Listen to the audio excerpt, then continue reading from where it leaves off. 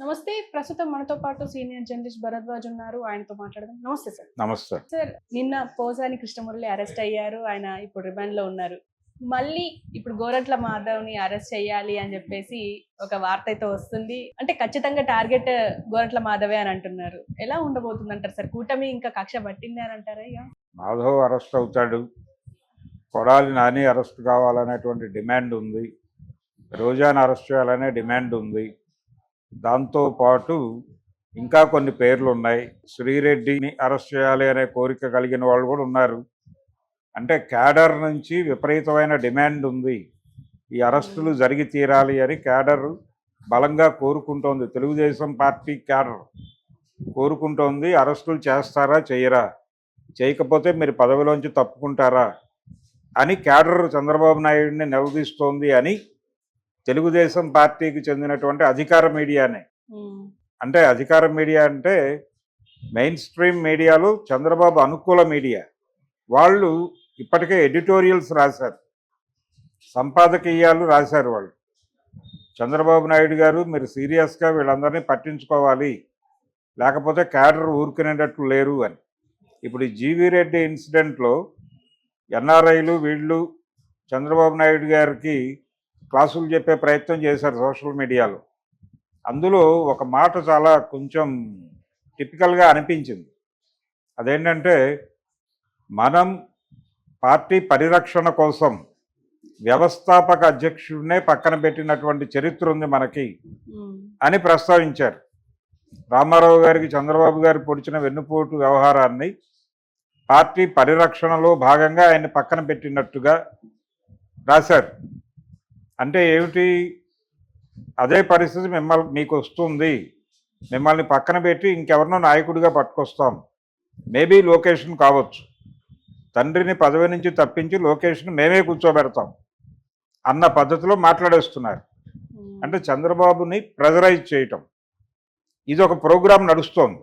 దీనికి ప్యారలల్గా పార్టీలో సీనియర్ నాయకులు చాలామంది ఇప్పుడు యాక్టివ్గా లేని వాళ్ళు చంద్రబాబుతో గతంలో అన్ని విధాలా సహకరించిన వాళ్ళు కొంతమంది విజ్ఞప్తి చేస్తున్నారు ఆయనకి. ఈ అరెస్టులు చేయటం ద్వారా ఇబ్బంది, ఓటర్ ఎలా ఫీల్ అవుతాడు, ఓటర్ గనక దీన్ని నెగిటివ్గా తీసుకుంటే దీని ఇంపాక్ట్ ఖచ్చితంగా వచ్చే ఎన్నికల్లో రిఫ్లెక్ట్ అయ్యే ఆ ప్రమాదం ఉంది, అందుకని ఇవి అంత ఫ్రీక్వెంట్గా వద్దు అని. ఇప్పుడు పోసానిది ఎందుకు అడుగు ముందుకేసాడు ఆయన అంటే, ఈ జీవీ రెడ్డి గొడవ, దాని చుట్టూ ముసురుతున్నటువంటి అనేక సమస్యలు, వీటన్నిటినీ పక్కకి నెట్టడం కోసం పోసాని అరెస్టును టార్గెట్ చేశారు, దాన్ని వాడుకున్నారు ఆ ఇన్సిడెంట్ని అనేది వినిపిస్తున్న మాట. లేకపోతే ఇంత లేటుగా ఎందుకు అరెస్ట్ చేస్తారు 9 నెలల తర్వాత? నిజానికి ఆయన ఎప్పుడో ప్రిపేర్ అయి ఉన్నాడు. పోసాని ప్రిపేర్ అయి ఉన్నాడు. మా ఇంట్లో నా వైఫ్, నా పిల్లలు, నా సంసారం, వీళ్ళందరూ బాధపడతారు, అందుకని నన్ను అరెస్ట్ చేయకండి, వాళ్ళని చూసుకోవాల్సిన బాధ్యత ఉంది నాకు, అందుకని నేను ఇక ముందు ఎవరిని తిట్టను, ఎవరి గురించి మాట్లాడను, గతంలో మాట్లాడిన దానికి సారీ అని చెప్పి ఆయన మీడియా ముఖంగా తెల్లజెండా ఎగరేశాడు. ఎగరేసినప్పటికీ అతన్ని అరెస్ట్ చేయటం ద్వారా, అతన్ని రిమాండ్కి పంపించడం ద్వారా, విచారణ మాత్రమే కాదు రిమాండ్కి పంపించారు. ఈ రిమాండ్లో ఉండగానే ఇంకొక 4-5 కేసుల పీటీ వారెంట్లు రెడీ చేస్తున్నారు. వీటన్నిటిలోనూ బెయిల్ తీసుకుంటే తప్ప అతను బయటకు వచ్చే పరిస్థితి లేదు. ఈ లోపల ఏదో భారీ అండర్టేకింగ్ ఇస్తే తప్ప అతని వ్యవహారాన్ని కన్సిడర్ చేసే మూడ్లో గవర్నమెంట్ కూడా లేదు. వైసీపీ అంటే జగన్మోహన్ రెడ్డి గారు పోసాని గారి వైఫ్తో మాట్లాడారు. పొన్నవోలు సుధాకర్ రెడ్డి గారు వెళ్ళి కోర్టులో ఆర్గ్యుమెంట్స్ చెప్పాడు రైల్వే కోడూరులో. చెప్పినప్పటికీ వారు ప్రాసిక్యూషన్ వారి కోరికనే మన్నించి రిమాండ్కి పంపించేశారు. కాబట్టి పరిస్థితి కొంచెం క్రిటికల్గానే ఉంది పోసానికి. అయితే నేను అనుకోవడం, అతను ఒక బలమైన అండర్టేకింగ్ ఇచ్చేసి బయటపడిపోతాడు. బయటపడిపోవడానికి ఏం చేయాలో ఆ కార్యక్రమం ఆల్రెడీ మొదలుపెట్టాడు. జగన్మోహన్ రెడ్డి ఈ ఇష్యూని వాడుకుని, అంటే తెలుగుదేశం పార్టీ చుట్టూ ఈ కన్ఫ్యూజన్ నడుస్తోంది. అరెస్టులు చెయ్యమని ఒక సెక్షను, వద్దని ఇంకో సెక్షను చంద్రబాబు గారి దగ్గర మోహరించి ఉన్నారు. ఈ కన్ఫ్యూజన్లో ఆయన ఇరుపక్షాలని సంతృప్తిపరచడానికి ప్రయత్నం చేస్తున్నాడు. ఈ కన్ఫ్యూజన్ని వాడుకుని తెలుగుదేశం పార్టీని మరింతగా డైలమాలోకి నెట్టేటువంటి ప్రయత్నం చేయాలనేది జగన్మోహన్ రెడ్డి వ్యూహం. దాన్ని ఎలా ఎదుర్కోవాలనేది ఇప్పుడు అదొక అదనపు భారం తెలుగుదేశం పార్టీ. కాబట్టి ఎలా హ్యాండిల్ చేస్తాడు చంద్రబాబు అనేది చూడాలి. ప్రస్తుతానికైతే ఆయన లొంగుబాటు కార్యక్రమం పెట్టుకుంటున్నాడు. ఈ కేసులు ఉన్న వాళ్ళందరూ లొంగిపోతే చాలు అని అనుకున్నారు మొదట. ఆల్రెడీ లొంగారు ఇద్దరు ముగ్గురు. శ్రీరెడ్డి కూడా సరెండర్ అయిపోతున్నాను, నన్నేం చేయకండి మహాప్రభు అని ఆవిడ ఒక వీడియో పోస్ట్ చేసింది. అయినప్పటికీ పోసాని అరెస్ట్ తర్వాత ఆవిడ అరెస్ట్ కూడా ఉండొచ్చు. పోసాని కూడా అదే చెప్పాడు కదా, అయినప్పటికీ వదలలేదు కదా. ఇది జీవీ రెడ్డి వ్యవహారానికి ఒక డైవర్షన్ స్కీమ్ అనుకునే వాళ్ళు అనుకుంటున్నారు. ఇంకొకళ్ళు ఈ అరెస్టుల గురించి తప్పించిపోతున్నటువంటి వాళ్ళని సంతృప్తిపరచడం కోసం జరిపినటువంటి అరెస్టుగా కొంతమంది చెప్తున్నారు. ఏదేమైనప్పటికీ తెలుగుదేశం పార్టీలో ఒక క్రైసిస్ అయితే ఉంది. అంటే చంద్రబాబు గారి వ్యవహార శైలి పట్ల అందరూ సంతృప్తిగా లేరు. అందరినీ సంతృప్తిపరిచి అందరికీ విషయాలు అర్థం చేయించి అందరినీ ఒకవైపే నిలబెట్టుకునే పరిస్థితుల్లో ఆయన కూడా కనిపించట్లేదు. ఈ గందరగోళాన్ని ఏదో పద్ధతిలో వాడుకోవాలని వైసీపీ ప్రయత్నం చేస్తోంది. మరి వైసీపీకి అవకాశం ఇస్తారా, లేకపోతే రెక్టిఫై చేసుకుని ముందుకెళ్తారా అనేది చూడాలి. లోకేష్ బయటకు మాట్లాడట్లేదు కానీ మొత్తం నడిపిస్తోంది ఆయనే. మొత్తం ఏది జరగాలన్నా ఏపీలో ఆయన ఓకే చెప్తే తప్ప ఏది జరిగే పరిస్థితి లేదు. ఈవెన్ పవన్ కళ్యాణ్ కూడా ఈ విషయంలో సఫికేట్ అవుతున్నాడు. ఎవరి దగ్గరికి వెళ్ళి ఏం చెప్పినా ఒకసారి ఆయన అడగాలి కదా అంటున్నారట అధికారులే. కాబట్టి ఏది వారి శాఖలు ఆయన నిర్వహిస్తున్నటువంటి గ్రామీణాభివృద్ధి ఈ శాఖలకు సంబంధించిన వ్యవహారాలు కూడా ఒకసారి ఆయన దృష్టికి తీసుకెళ్ళి మాట్లాడితే బాగుంటుంది అని వ్యాఖ్యానించటం, ఇలాంటివి కొన్ని పెయిన్స్ ఉన్నాయి ఆయనకు కూడా.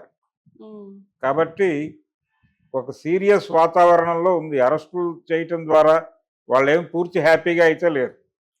ఒక గందరగోళం ఉంది పొలిటికల్గా. ఆ గందరగోళం ఎలా పరిణమిస్తుంది, చంద్రబాబు నాయుడు గారు ఎలా తన్ని తాను కన్విన్స్ చేసుకుని క్యాడర్ని ఒకే వైపు ఎలా నిలబెట్టగలడు అనేది ఒక ఇంట్రెస్టింగ్ పాయింట్.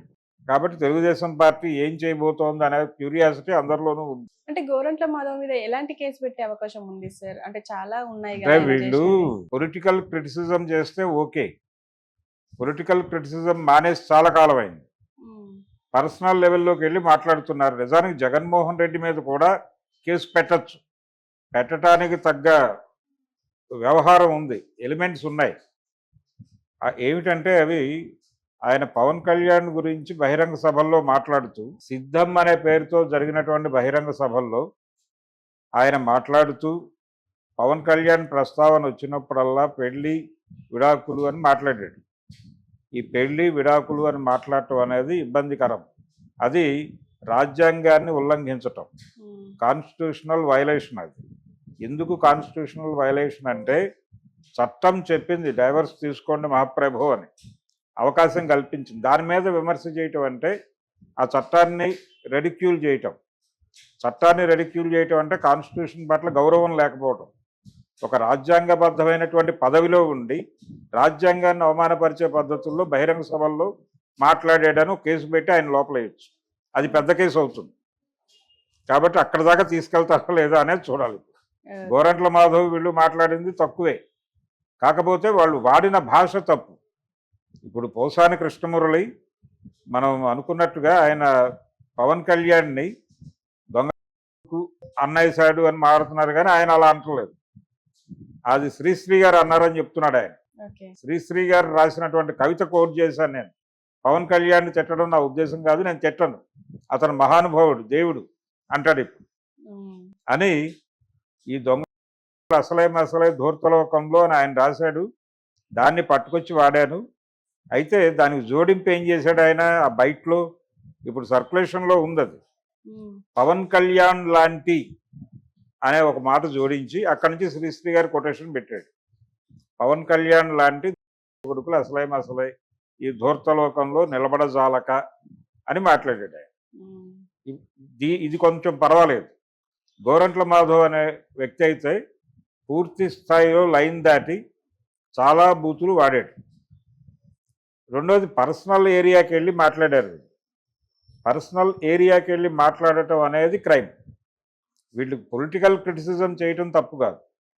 ఇప్పుడు చాలామంది ఈవెన్ జేడి లక్ష్మీనారాయణ గారు వీళ్ళందరూ మాట్లాడుతున్నారు, ఇది కక్ష సాధింపు ధోరణి అని. కక్ష సాధింపు ధోరణే, కక్ష సాధింపు. వీళ్ళు మాట్లాడారు, వీళ్ళేమి తక్కువ మాట్లాడిన వాళ్ళేం కాదు, వీళ్ళు కూడా ఎక్కువే మాట్లాడిన చరిత్ర ఉంది. ఏది పవన్ కళ్యాణ్ కూడా 2019 ఎన్నికల్లో వ్యతిరేకంగా మాట్లాడిన సందర్భంలో ఆయనకి కౌంటర్ ఇస్తూ ఆయన మీద కూడా సెటైర్లు వేసినటువంటి చరిత్ర ఉంది తెలుగుదేశం నాయకులకి. అవన్నీ తవ్వి తీస్తున్నారు, ఆల్రెడీ ఆ తవ్వకాలు జరుగుతున్నాయి. అలాగే మోడీని రెడిక్యూల్ చేస్తూ బాలకృష్ణ గారు మాట్లాడారు ఒక వేదిక మీద, అది బయటకు తీసి ఒక కేసు పెడితే అలా ఉంటుంది, ఇలాంటి ఆలోచనలు కూడా జరుగుతున్నాయి. ఓకే. కౌంటర్ ఆపరేషన్స్ ఉన్నాయి దీనికి. ఈ ఆపరేషను కౌంటర్ ఆపరేషన్స్ దేని మీద జరుగుతున్నాయంటే వీళ్ళు వాడినటువంటి బూతుల మీద. బూతు అనేది విస్తృతంగా వాడారు, అలాగే పర్సనల్ లెవెల్లోకి వెళ్ళి మాట్లాడారు, ఎఫ్ఐఆర్స్ గురించి ఎంబోజ్ చేసి మాట్లాడారు. అసెంబ్లీలో మాట్లాడారు అని అంటున్నారు, కానీ అసెంబ్లీ కంటే కూడా అసెంబ్లీలో మాట్లాడారు అనే పేరుతో బయట ఎక్కువ ప్రచారం జరిగింది. ఆ వివాదానికి, అంటే తెలుగుదేశం పార్టీ అధినాయకుడు, ప్రస్తుతం ప్రభుత్వాధినేత చంద్రబాబు నాయుడు గారి ఇంటి విషయాల గురించి బయటకు పెట్టినటువంటి, అంటే ఓపెన్గా తన ఇష్టం వచ్చినట్టు వాళ్ళ ఫ్యామిలీ విషయాలు మాట్లాడిన వల్లభనేని వంశీ ఆల్రెడీ లోపల ఉన్నాడు. దాన్ని ఎండార్స్ చేసినటువంటి మరో ప్రముఖుడు ఉన్నాడు, కొడాలి నాని. వారు ఎప్పుడు వెళ్తారని చెప్పి చూస్తున్నారు. ఆయన కూడా చెప్పాడు, నేను బయటే ఉంటాను, తీసుకెళ్తే లోపలికి వెళ్తాను, నా చేతుల్లో ఏమీ లేదు అన్న టోన్లో మాట్లాడాడు ఆయన వంశీ అరెస్టు జరిగిన తర్వాత. కాబట్టి ఎవరు ప్రిపేర్డ్నెస్లో వాళ్ళు ఉన్నారు, అరెస్టులకు సిద్ధపడి ఉన్నారు. ఇది ఒకళ్ళిద్దరితో ఆగేది కాదు, కనీసం 4-5 అరెస్టులు చేస్తే ఒక సెక్షన్ సంతృప్తి పడుతుంది.